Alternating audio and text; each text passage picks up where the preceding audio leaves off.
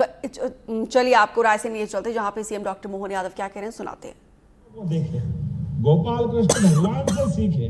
कृष्ण भगवान के जीवन में कठिनाई कोई कम नहीं आई। कठिनाई तो कितनी कितनी कठिनाई आई। भगवान के जीवन के एक एक घटनाक्रम को देखो तो अपनी आंखें भर आएगी, हृदय भाव से द्रवित हो जाएगा। लेकिन गोपाल कृष्ण ने अपने जीवन में चट्टान की तरह रह करके एक एक लीला के साथ जो दुनिया में संदेश दिया है, इसीलिए तो पूरा देश बोलता गोपाल कृष्ण भगवान की, मोर मुकुट वंशी वाले की। भगवान के कितने रूप भजते हैं हम। आज हम भगवान को गोपाल कृष्ण कहते हैं। जैसे ही भगवान का रूप याद करो, गौ माता पीछे खड़ी है और कृष्ण भगवान आगे खड़े हैं। वो गोपाल कृष्ण केवल गौ माता की नहीं, हमारी पूरी ग्रामीण संस्कृति की जय जयकार करते, दोनों हाथ जोड़ करके आनंद लो भगवान की उस लीला का। गांव के अंदर से एकता चाहिए, गांव का विकास चाहिए, गांव का सम्मान चाहिए, गांव का स्वाभिमान चाहिए और गांव के अंदर की प्रतिभाओं को मौका दो तो गोपाल कृष्ण बन के आता है। ये गांव का संदेश जाता है दुनिया भर में। और केवल गोपाल कृष्ण नहीं, हमारे गांव के अंदर मयूर पंख, मोर पक्षी पवित्रता की निशानी, पक्षी का दृश्य देखो आनंद से भर जाते हैं। और पक्षी भी देखो भगवान ने क्या भाग्य दिया। खेत हमारे, खलियान हमारे, फसल हम पैदा करें, आनंद के साथ अन्न भंडार हमारे भरे, भूखे को भोजन मिले।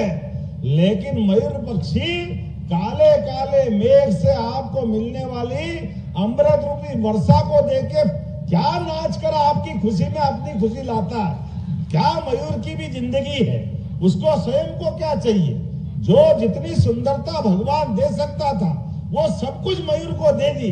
लेकिन उसके बाद भी हमारी सुंदरता शरीर के बजाय लोगों के चेहरे पे होना चाहिए, समाज में आनंद होना चाहिए। इसलिए मयूर पक्षी वो काले काले उमड़ते घुमड़ते मेघों के बीच और भीषण घनघोर बिजली की चमक के बीच भी मयूर पंख मिलाकर आनंद लाता है। देखो मेरी बात का भगवान मेघ भी समर्थन कर रहे हैं।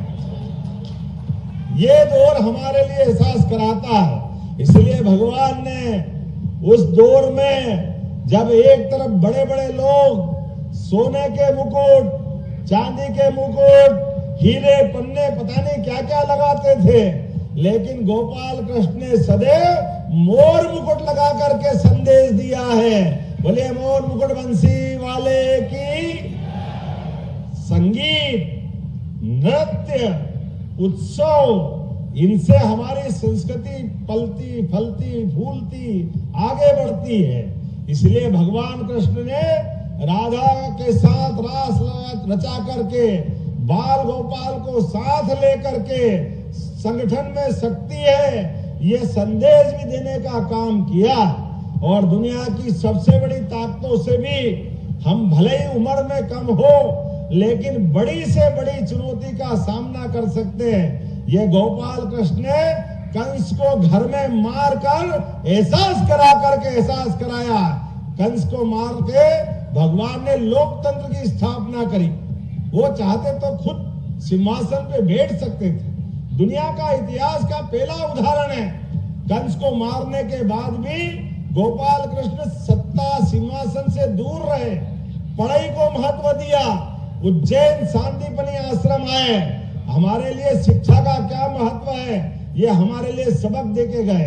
और शिक्षा भी कैसी शिक्षा, 14 विद्या, 64 कला, चारों वेद, सारे पुराण उपनिषद, सारी दुनिया की ज्ञान ध्यान लाते हुए। और उस दौर में जब भीषण समर है, युद्ध के घनघोर बादल छाए, वीरों के लिए पूरी धरती खाली हो गई, इतना महाभारत का भीषण युद्ध होने वाला है। ऐसे युद्ध के काल में भी ज्ञान की बात कराने वाले अगर कोई ज्ञानेश्वर साक्षात योगेश्वर के रूप में आए हैं, बोले भगवान कृष्ण गोपाल की, क्या उनका ज्ञान है।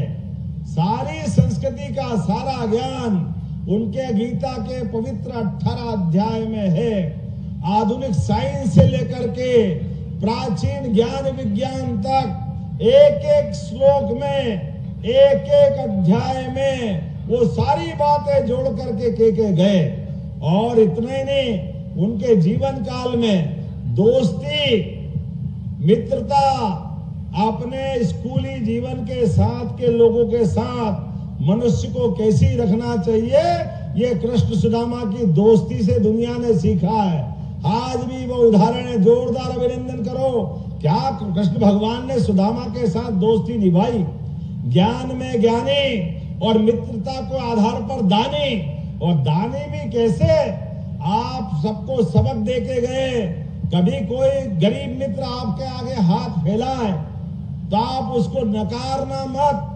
अपने आंखों से पांव धो करके भगवान ने प्रेरणा दी है। तो भगवान कृष्ण ने उस दौर में भी मित्र का सम्मान कैसा करना चाहिए बताए। और भगवान ने उसके हाथ में पैसे नहीं रखे। कोई आदमी आपसे मित्रता रखे और याचना करे तो उसकी आंखें नीची मत होने देना। जो मदद करो पीठ पीछे वो चाहता उससे कई गुना ज्यादा करो, लेकिन सामने गले लगाकर उसका सम्मान करो। ये भगवान ने उस काल में उदाहरण दिया। मित्रता का उदाहरण क्या होता है, भगवान कृष्ण की बहुत सारी लीला बता सकता हूँ, लेकिन आज तो मेघ गरज रहे हैं।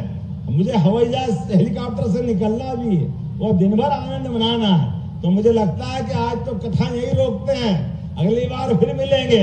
अब की बार रायसेन के किले में जिले विकास की बैठक करेंगे। जोरदार अभिनंदन करो सारे विकास की बात पूरे जिले के लिए। और रायसेन के लिए चिंता मत करो, जो आप चाहते हो। अरे रायसेन तो मेट्रोपॉलिटन सिटी में आ रहा है, अब भोपाल खुद खच के अपने यहाँ तक आ रहा है। जोरदार अभिनंदन करो, रायसेन के समय बदलने वाले हैं। सांची, विदिशा, रायसेन, राजगढ़ का ब्यावरा माननीय मंत्री जी वहां से है, सीहोर, नर्मदापुरम का हिस्सा, ये 5 जिलों को मिलाकर के एक मेट्रोपॉलिटन सिटी बन रही है, जो युवाओं को रोजगार देगी, महिलाओं को काम देगी, गरीबों की जिंदगी बदलेगी और किसान को सम्मान देगी। जोरदार अभिनंदन करो अपनी सरकार के सारे कामों के लिए। और जन्माष्टमी की धूमधाम से बधाई मेरी अपनी ओर से। जब आप शाम को मटकी और भगवान कृष्ण की पूजा करो तो भगवान कृष्ण के इन सारी लीलाओं का स्मरण रखना। और इसके आधार पर जो हमारे विकास के बचे काम हैं, डॉक्टर साहब, मैं वो आपकी सारी बात का ध्यान रखते हुए यही फैसला करूंगा अगली बार आने के लिए।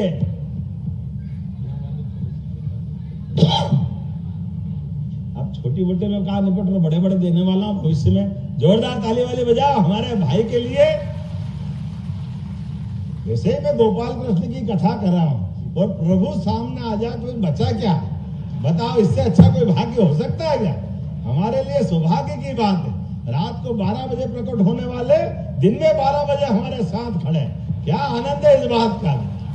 आज तो हमारी जन्माष्टमी मन गई। आप जो मांगोगे प्रभुलाल जी, 5 साल के पहले वो सारे काम होंगे। जोरदार अभिनंदन करो अपने इस भाई के लिए। एक डॉक्टर, MBBS, PG डॉक्टर और अपने गांव की सेवा करने के लिए नौकरी को लात मार के आता है। जोरदार अभिनंदन करो अपने जनप्रतिनिधि नेता के लिए।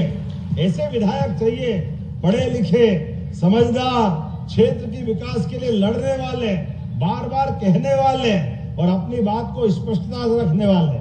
मेरी अपनी ओर से एक बार फिर आपको बधाई। बोले गोपाल कृष्ण भगवान की।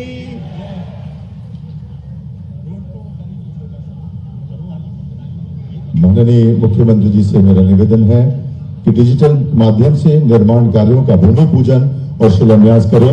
माननीय मुख्यमंत्री जी से निवेदन कि वे। तो रायसेन में कार्यक्रम